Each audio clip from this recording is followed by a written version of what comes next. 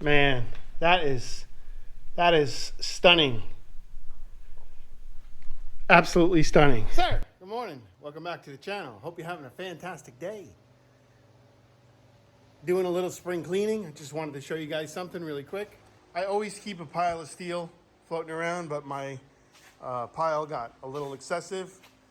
So I'm getting rid of all the little scraps. I had a pile over here.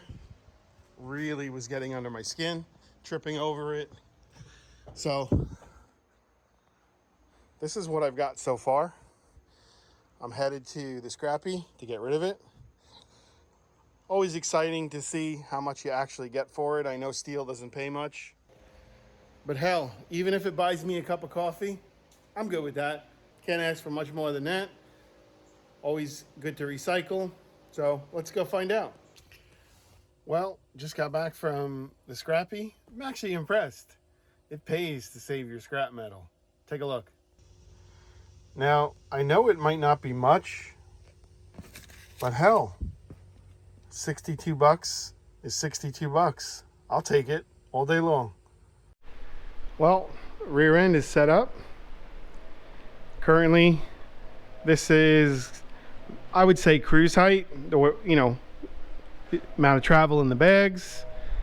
Watts link is set. Got my bracket welded in. The pinion angle is set from these adjusters right here. I have it at -3 degrees. Once she gasses it, it's going to roll to positive, maybe 0 or -1 degree. You know, call it a 2-degree movement, you know, in the upwards direction, which is pretty conservative.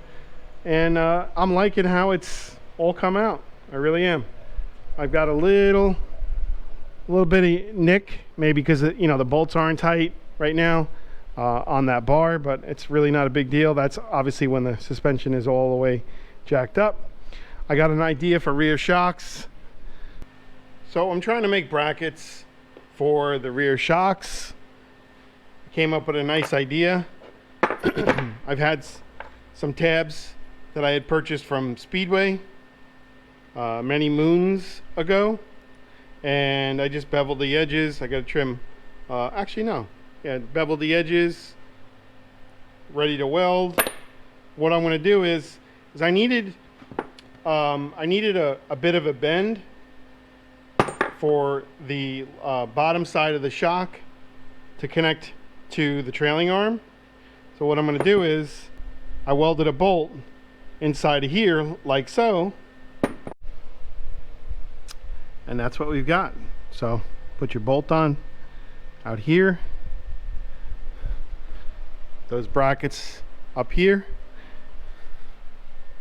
I may end up cutting this dust cover out. I don't think I have to be honest with you, but I installed a couple of washers to give myself a little bit of wiggle room if I need to move it or scooch it over. Clears the bag by a long shot, and now we're going to set up to do the other side. One more thing I'd like to point out is I put another 2 cans on top of the chassis. I'm not focused on the suspension components. It came out really nice. Very pleased.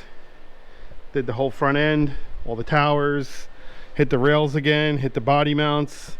So once these rear shocks are done, I'm going to go ahead and sorta tighten everything up, because once it gets home they're going to take it apart. But this is my setup. Cantilevered bags, a pivot to adjust your pinion angle, high quality link ends, big stuff, good stuff. So let me get started.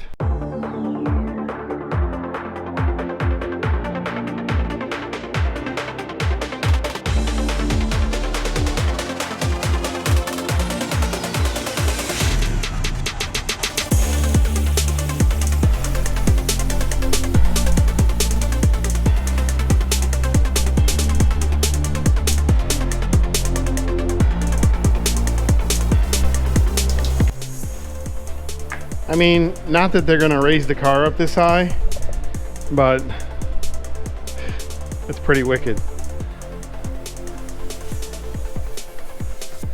I think that's probably a good foot off the ground. Wouldn't be able to drive it. You could park it like that, but the pinion is a bit excessive at that level.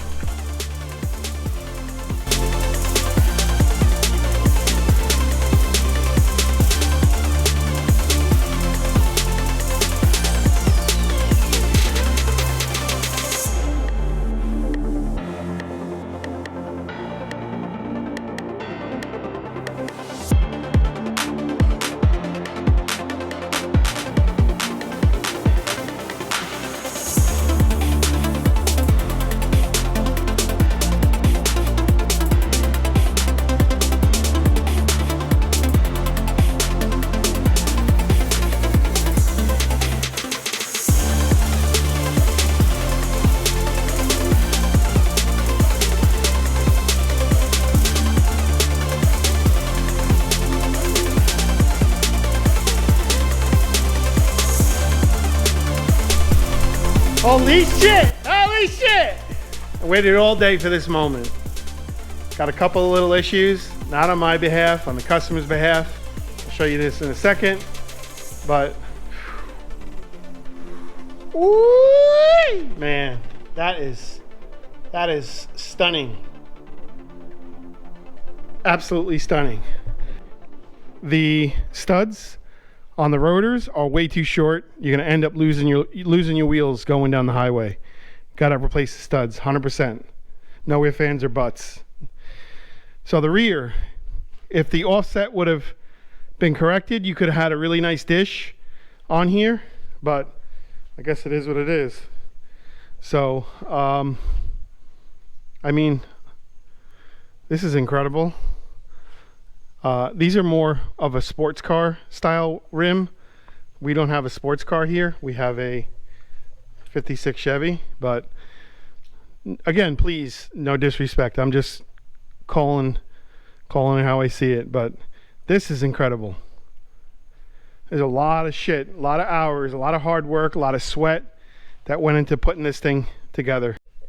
So I don't know if you guys remember, in one of my previous videos, I had a 1-inch 1x1 block resting on the rear and the frame when I put my airbag brackets in here. Well, now you can see why. So frame is laying. We've got still plenty of room. We got another inch of travel. The rear can come up. So if they wanted to go with 22s or something, or go with a bigger wheel later on down the road, you have that luxury. You have the luxury because it's a cantilever setup. You're gonna get massive lift anyway. And yeah, they'll be good if they ever want to change wheel sizes. So this is my son Joseph. Hi. He's out here helping me. We were itching to get to this spot where it's sitting right now. Very pleased. It's gonna call it for today, and catch you all tomorrow.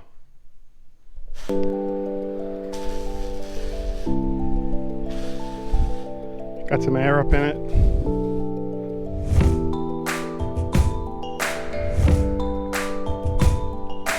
Pretty cool. Looking good, man. Looking good. Had a couple of air leaks. Had to trim up some ends.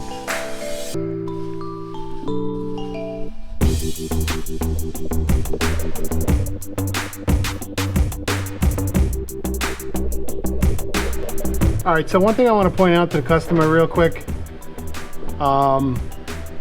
He's gonna need to trim the inner fender a little bit if he wants it to lay with the tires that he has on it now. You can see the quarter skin, it's fairly high. He'll have to pull this inner fender out and then just trim a little bit of this and cap it off. Not a big deal, I just don't have time to do it. I made the clearance in his bar that he added. He's gonna have to cap this too as well. I don't have any 2-inch flat stock. Not a big deal. Easy thing. I gave him a template from the old piece that I cut out that he can shape it test fit it, and then stick it up in there and weld it. All right, we cheated. Got the engine in. Now we're gonna sit the body down, see what needs to be cleared inside of the tunnel. Maybe the tunnel's good, who knows? We'll find out in a couple 2 minutes. I don't think it's gonna be good. I think I'm gonna have to tunnel it up here, but I'm prepared for that just in case. So we're gonna sit the body down and test fit it. Ladies and gentlemen, we are so super close. We are super close. I have, you ain't gonna be able to see it from here, but it just looks pretty underneath. The transmission is hitting the floor. I'll show you in here. I can climb in here now. So this is the yoke of the transmission, and right here we're on the transmission. I drilled a hole. You can see I was kind of going into the tranny. This hole right here is where it has to stop. So we're going to split this open, peel it open like an onion, or I'll make a whole new piece for here and then tunnel from here back. Pretty cool, man. So we got some more issues. Ran into a few more little snags. His wheels don't fit, or her wheels don't fit. Can't get them on without having to take the Watts link apart. The rear is maxed out right now. First I tried with the shock, no good. Taking the shocks out, getting the rear to come down more, no good. Now the Watts link is hitting the bar. So the only way to get the wheels on is going to be having to take all this shit apart, and God forbid you get a flat, that's going to suck. My suggestion, sell the wheels, take the spacers off, get some wheels that are properly made for the car, and we won't have this issue. Fronts, same shit. Shocks, I got to relocate the shocks. Had to come off of it, grind off the bracket that I made. It is what it is. We got our shims for the radiator support. Everything's great, man. Everything fits. Actually really impressed. Ladies and gentlemen, I'm sweating my balls off. Pardon me for without a shirt. It is what it is, baby. If you like this content, smash that damn like button immediately. Touch that like thingy.